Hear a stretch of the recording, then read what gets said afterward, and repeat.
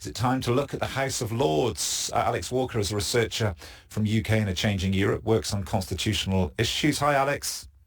Hiya. Hi there. I don't know how much you heard of Baroness Carmen Smith, but she is certainly of the view and remains of the view, even since sitting in the Lords, that there is a better, more democratic way of doing things. There's certainly plenty of people that think that way. Are we ever going to move in that way? Because this is a conversation that seems to come around very often. Yes, that's right. It's certainly not the first time that reforms to the House of Lords have been proposed. And we had sort of the removal of the majority of hereditary peers in 1999. We've had commission since then. Even a House of Lords reform bill in 2012, which didn't go through in the end.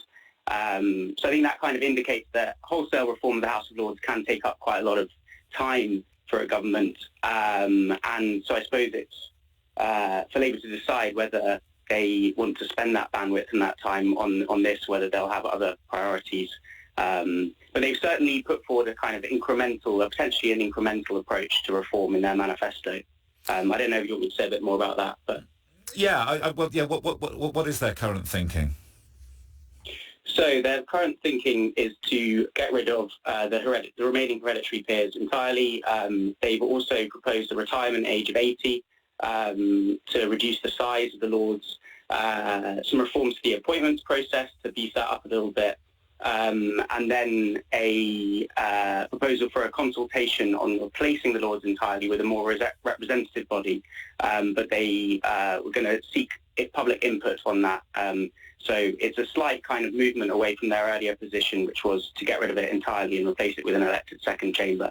Because that's where some of the issues arise, isn't it? That when you start talking about a wholly elected chamber, what you probably end up with, what you do end up with, are more politicians, because it's political parties that give you the backing, the funding, the machinery to fight an election in the first place. There are very, very good people in the Lords through the nomination process who I dare say, and I don't know this for a fact, but you think about people like Tanni Grey-Thompson and Elora Finlay, and there's people with particular expertise that maybe wouldn't be drawn to it if it was more of a political role. So you have to, the last thing people want, I know that much from doing this job, is more politicians. Well, it certainly is the case that one of the arguments in favour of the Lords at the moment is that it's slightly less partisan nature. You've got a bit more of a mixture in terms of, in political terms, especially with 178 crossbench peers who are not affiliated with either party. So proponents argue that allows for a bit more space for a kind of reflective debate on legislation, where a variety of expertise can be applied to laws, and there's a bit less cut and thrust that you see in the Commons. But then again, as I'm sure you've discussed earlier, there is the question of those who are scrutinising the laws lacking a democratic mandate to do so. And the Lords is quite large.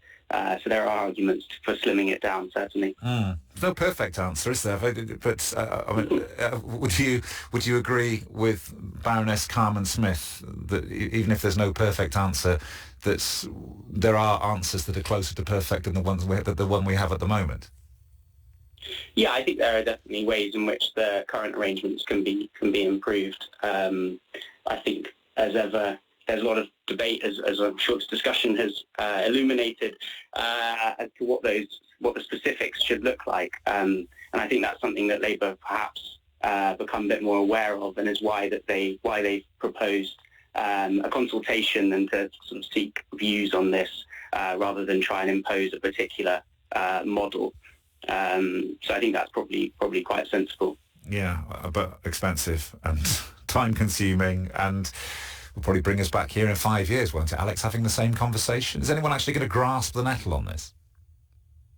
Well, that remains to be seen. I mean, as I say, people have tried before, and there's certainly been small reforms before, but more wholesale, overarching reform has been elusive.